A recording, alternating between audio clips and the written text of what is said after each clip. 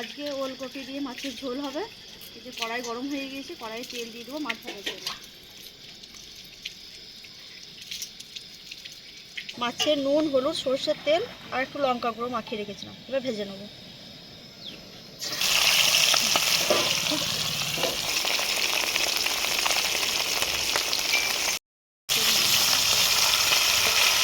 আজকে ছোটো মাছ দিয়ে ওলকপি করে দিচ্ছি, বড়ো মাছ কিন্তু নয়।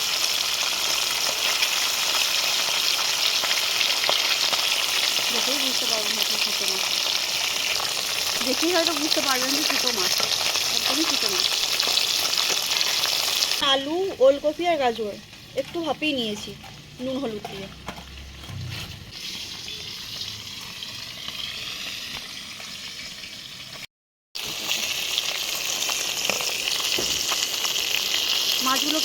মাছগুলোকে লাল লাল করে ভেজে নিয়েছি, এবার তুলে নেব।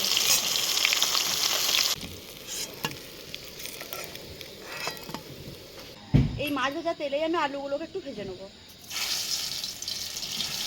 ওলকপিগুলো ভাজবো না। তেলটা গরম আছে, আলু তো হয়েই গেল।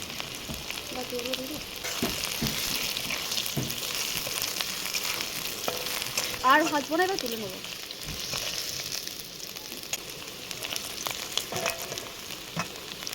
এবার ওই তেলে প্রথমে দিয়ে দেবো চিনি, এবার দেবো গোটা জিরে আর দেবো রাঁধুনি, এবার দেবো আদা বাটা,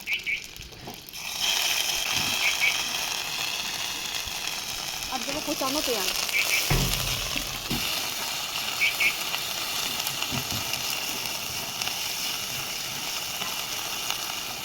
পেঁয়াজটাকে একটু লাল লাল করে ভেজে নেব। এবার দেবো রসুন,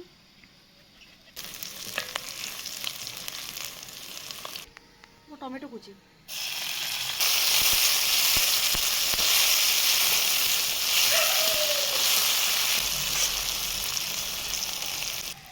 একটু জল দিয়ে দেবো। এবার দেবো জিরের গুঁড়ো, ধনের গুঁড়ো আর দেবো কাশ্মীরি লঙ্কার গুঁড়ো।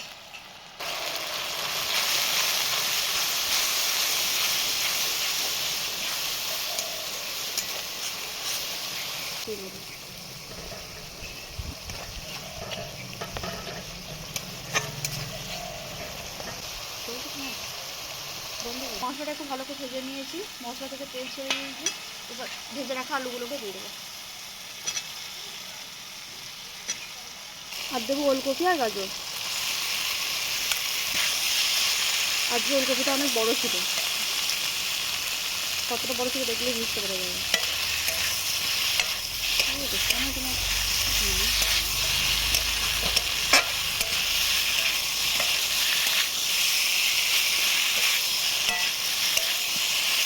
এতে এবার একটু মিট মশলা দেবো, মিট মশলা দিয়ে দেবো সামান্য।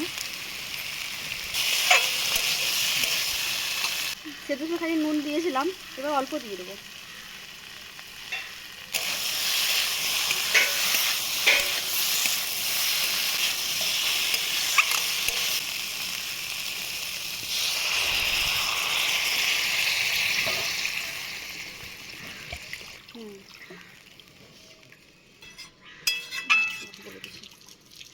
জলটা একটু বেশি দেবো, কারণ ঝোল হবে তো।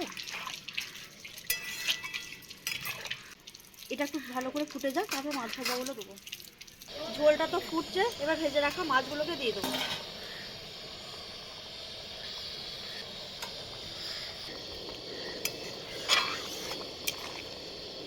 এখন এবার উপর দিয়ে একটু গরম মশলা গুঁড়ো দিয়ে দেবো,